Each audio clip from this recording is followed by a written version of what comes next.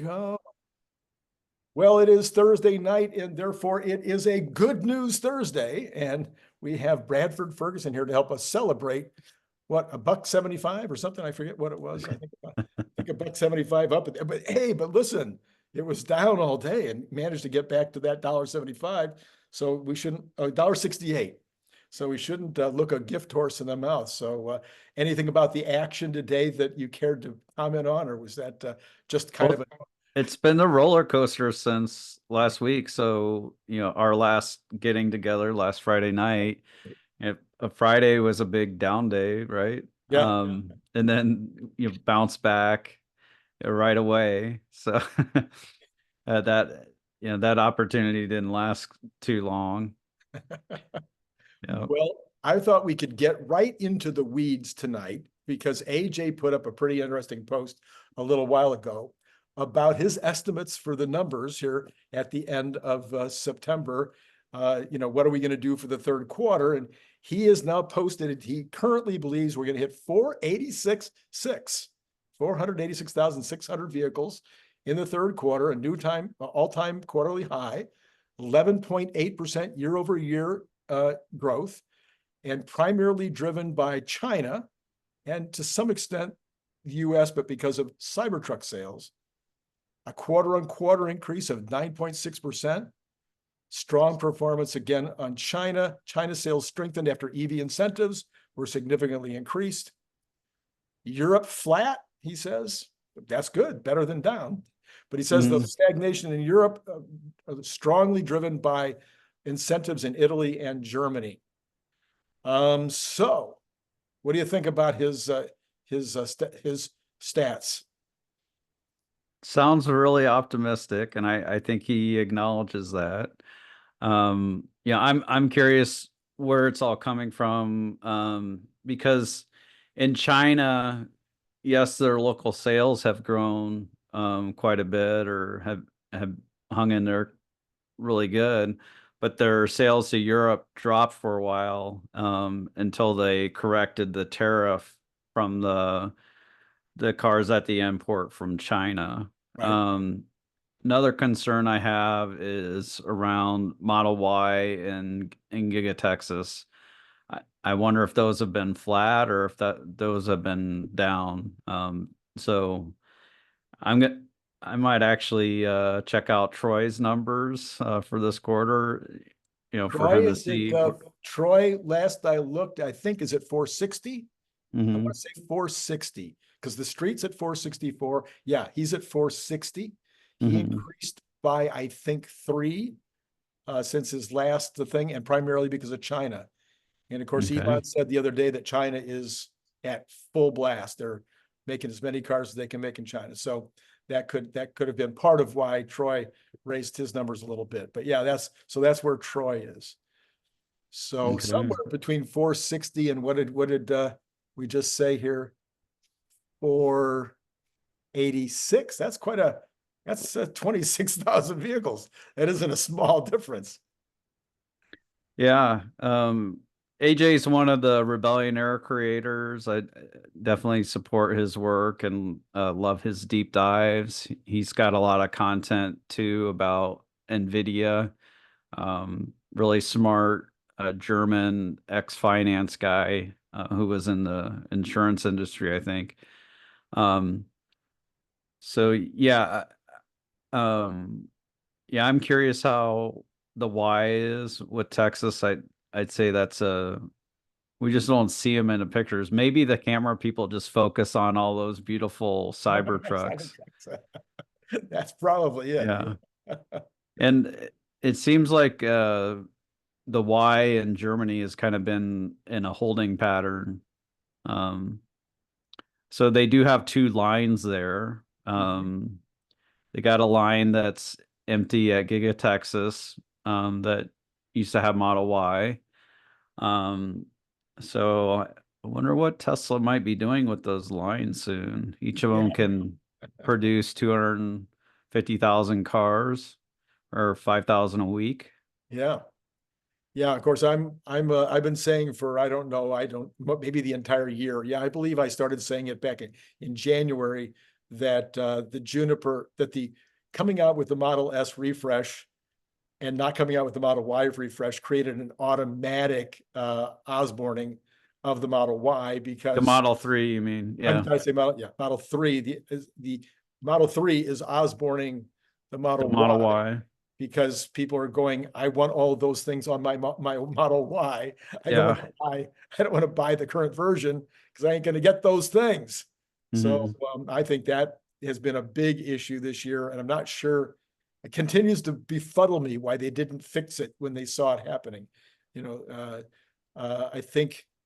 I think Well, there's a whole supply chain. sure. I don't think it's totally the same between the 3 and the Y. Um, I think partially they want to see how it went, but it's been a smashing success. Matching success. Yes. Yes. Well, you reposted earlier today. You said this. This is about the FCC, the Oh 2023. no. Well, you reposted this. So Okay. these are This not is your safe. words. Not your words. This is I so had some bad words for the FCC last night. well, I'll let you say what you want to say, but I'll tell you what you reposted. In 2023, the FCC said claims that Starlink is not capable of providing high-speed internet to thousands of people. That was the reason they revoked the $885 million award for the company. And then in 2024, they're saying, oh, Starlink is they're so great at high-speed internet that the word monopoly should be tossed around. So you apparently thought that was pretty funny. I do too. But go ahead. I'll let you have the floor. Yes, and this was from the FCC, so they said both of these things. So the recent comment was that they're so good, the product's so good that it's a monopoly compared to what else is out there, and there seemed to be some word about competition, kind of like implying or trial ballooning that they might be supporting the competition or these products that are ineffective. And Right. that's what they are. I mean, they're already doing that. So like they wouldn't really need to change their policy.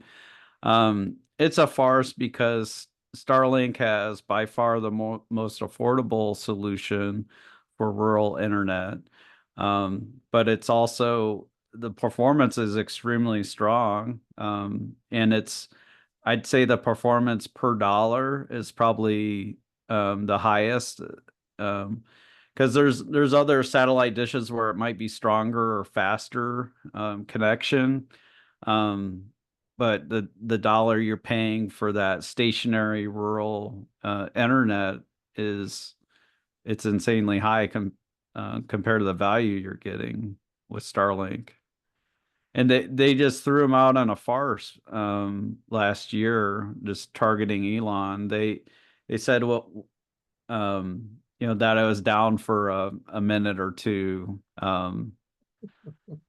like several times that year. Yeah. Yeah. So out of the, I don't know, 500,000 minutes in a year or whatever it is, um, or 1.5 million, or there's a song about it. Is there? Okay.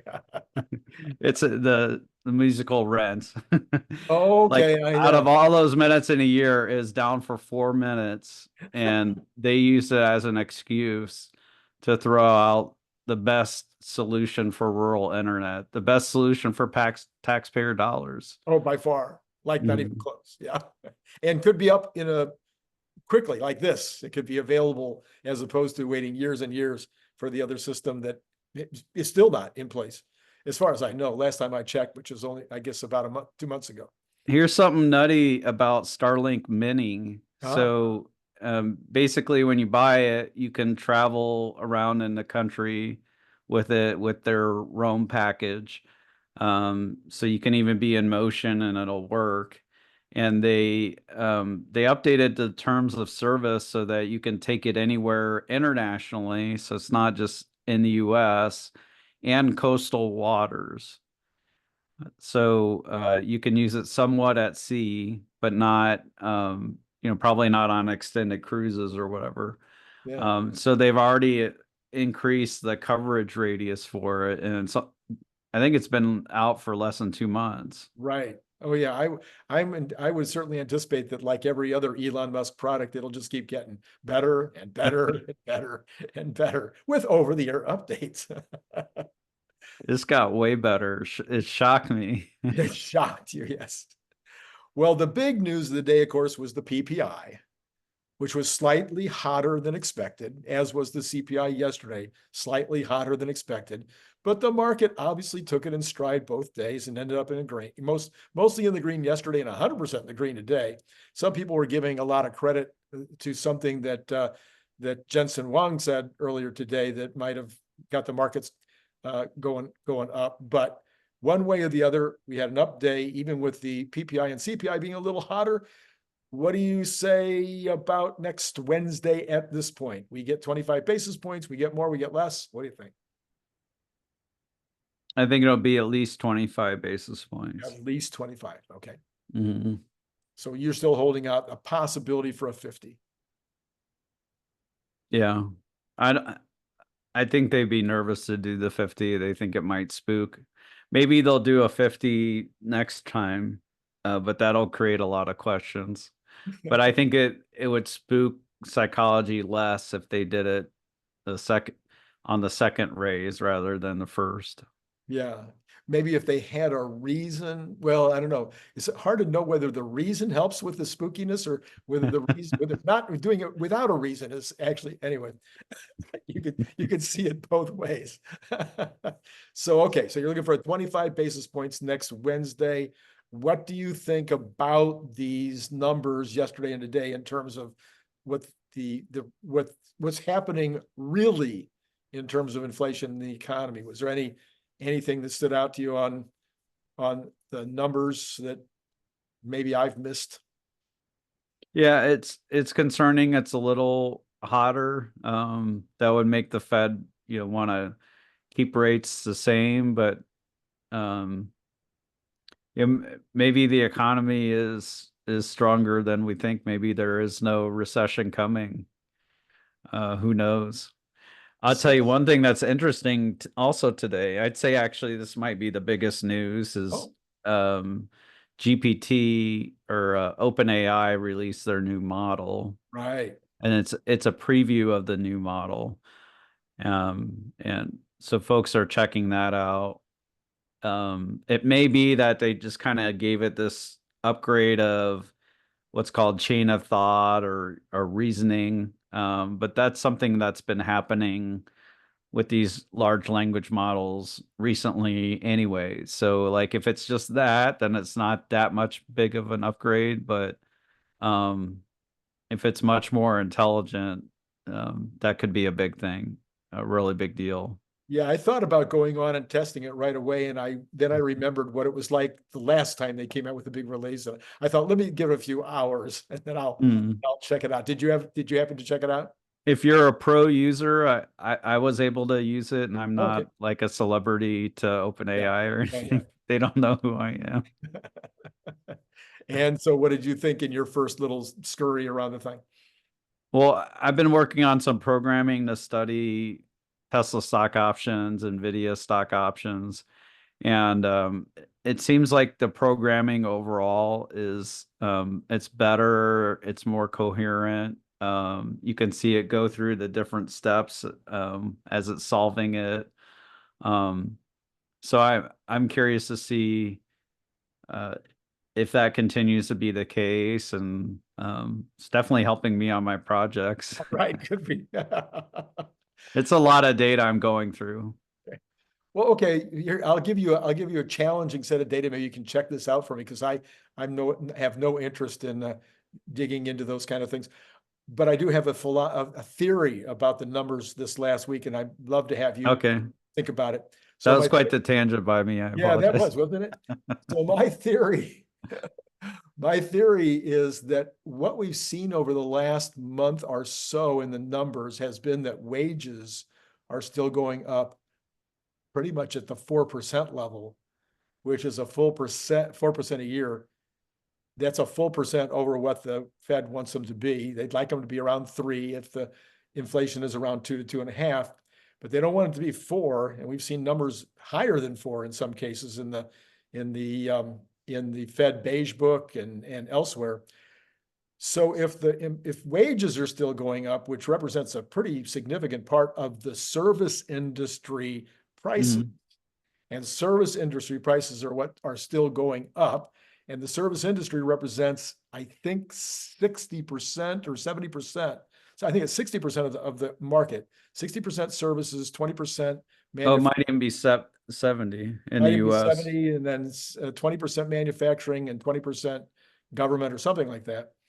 So if the wages impact services more, and services are the ones that are still going up, and services are that high of a percentage of the economy, then that might be what's happening in terms of this continuing inflation, that the Fed has not squashed either one, I guess. So what do you think about my theory? It could be that that's what saves us from recession. Okay, there you go. Yes. That was it's an interesting theory, and it could be what saves us, actually. Yeah, actually, that was my theory, the theory I came up with 2 weeks ago when I saw those services numbers still coming out that strong on the S&P and ISM. Yeah, if it's 60+% of the economy, we know government's continuing to spend. If services are doing that well, that might be the savior. Yeah. Yeah. But it might also create the inflation. Yeah. The Fed's not going to like seeing that wage pressure when Chairman Powell gave his presser, I think it was August or September of 2022. Like, he basically said he wanted higher unemployment and lower wages to help contain inflation, and that really hasn't happened. So that hasn't happened. So that's one thing the Fed wants to see. Maybe they back off on that, or maybe that could possibly give them cold feet about how much they end up lowering rates. Right. Okay. All right. Well, there you go. I'm gonna have some fun. I hope you think it's fun.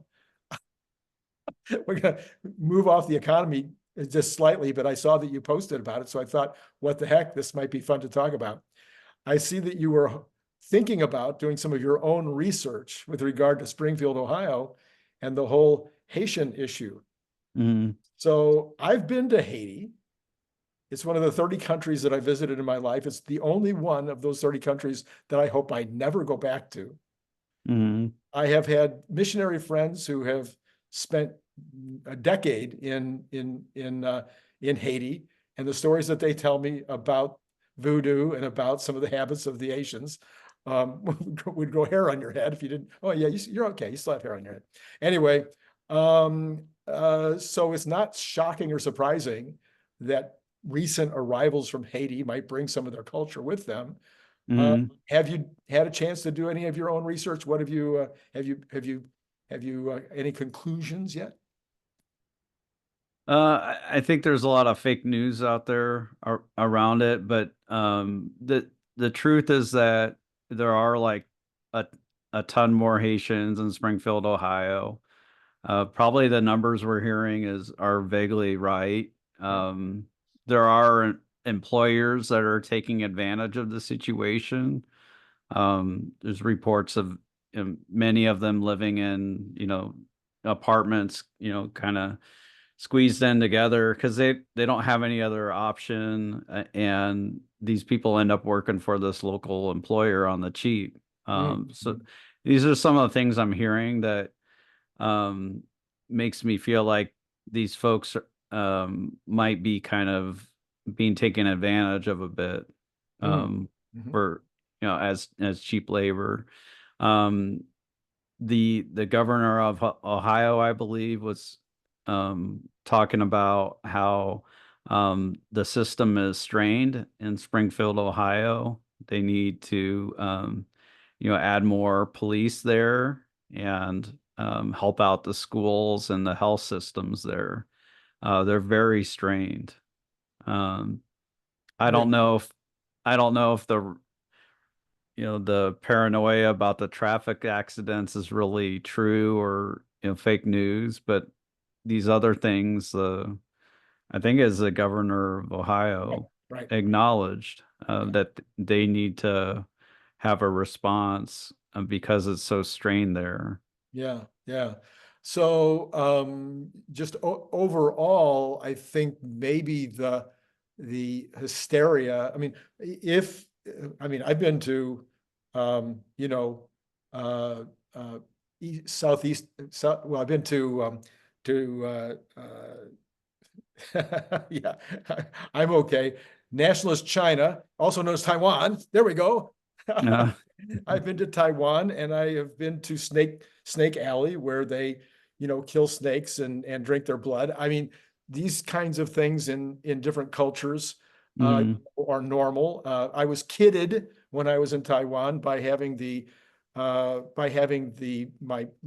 people that I was visiting with in Taiwan um, claim that they had ordered monkey for my dinner when when mm. it wasn't actually monkey, but they thought that was funny. I've been in Japan and seen bear claw soup, where you have Mhm. the hair stripped off the bear claw, and the bear claw is sitting in the middle of a soup tureen as a Wow. decorated item, a bear claw. So I mean, these things, other cultures have some unusual things that they do.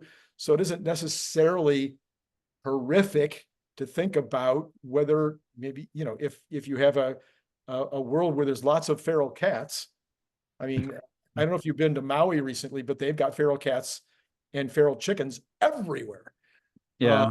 and Kauai even more feral chickens than that. So it wouldn't be that weird to think about people grabbing up some cats as if they're a little short of meat. Yeah, it's something that people have to do in order to survive, and that doesn't mean it's happening in Springfield, Ohio, but I'm guessing to some extent there are people who just got there. They don't know the law of the land.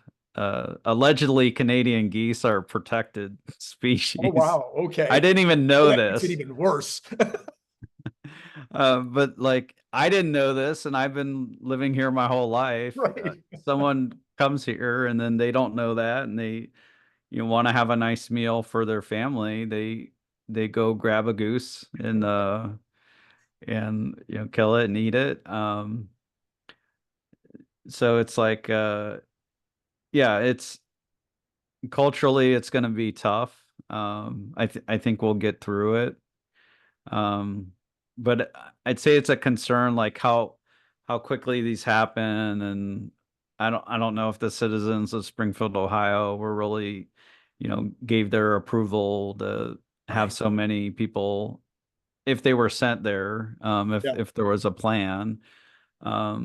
It feels like something you should be able to vote on as a city. Most cities might vote against it, but um have it happen at a pace where it's just easier to integrate or to figure out those laws and customs. Obviously, we're probably not going to change our normal customs in the US, so they might have people who are new to the area may need to adjust some of their customs. I think that sounds about perfectly correct. Anyway, I thought it would be interesting to talk about it since you had brought it up on your X I feed. think it's wrong to deny it's happening. Yeah, Um, yeah, but um I also think it's a little bit wrong to pretend like an something that's extremely rare is a common case or what everyone's doing. right, right, right. Yeah, And that one of the videos that's circulating is like a crazy woman who killed a cat in Canton, Ohio, and she wasn't an immigrant. right. She just killed her neighbor's cat. Well, I don't know about how you grew up because you're about 100 years younger than me. When I grew up, If you had a litter of kittens and you didn't need that litter of kittens and you didn't want to be bothered with that litter of kittens, you put them in a bag and you put them in the well. And that was not considered to be any kind of cruelty at all. Wow. Yeah. So it's, this is, Mhm. we live again in different times where Mhm. historically, these were not cherished animals as they are today. So, I mean, we loved our cat, but if it had a litter when you didn't want it to, Mhm. you weren't going to just, deal with it. So that was normal back in the day. All right. Well, listen, I know that you have things to do other than listen to what happened in the market today, because you probably already know what happened in the Yep. market. You have any parting thoughts today about Tesla or about the market, about the economy? I'm just looking forward to get my hands on the brand new software that Tesla has for its older AI 3 or hardware 3 cars. Looking forward to Cybertruck getting full self-driving, but also Tesla applying its new end-to-end AI approach to all their Tesla cars, but also on the highway, and bringing that approach to the highway. Right. So when they were able to take the end-to-end AI approach to city streets, essentially it got rid of 90% of the issues it had. So I'm expecting, similar kind of gains when they bring that to the highway. And they do that, like it's going to be phenomenal on the Yeah. highway. Yeah, there was a post today, I forget who it was, from Tesla, one of the execs, saying that they're this close to where it's going to be the same package for the hardware 4 as it is for the Model 3. Mhm. A couple of tweaks, they're a couple of tweaks away. Yeah, yeah, exactly right. Let's go, baby. All right. Well, all right. So the rest of the month, all we're going to do now is we just have to get up to 265 prior to 1010 and make Randy correct on that. And other than that, what else matters? I just need to be right. You want to reclaim that interim high? That'd be good. That'd be good. All All right, right. bye for now. Let you go. All right. Thank you so much, as always, for joining us. All right, so let's take a look at where we are on the day.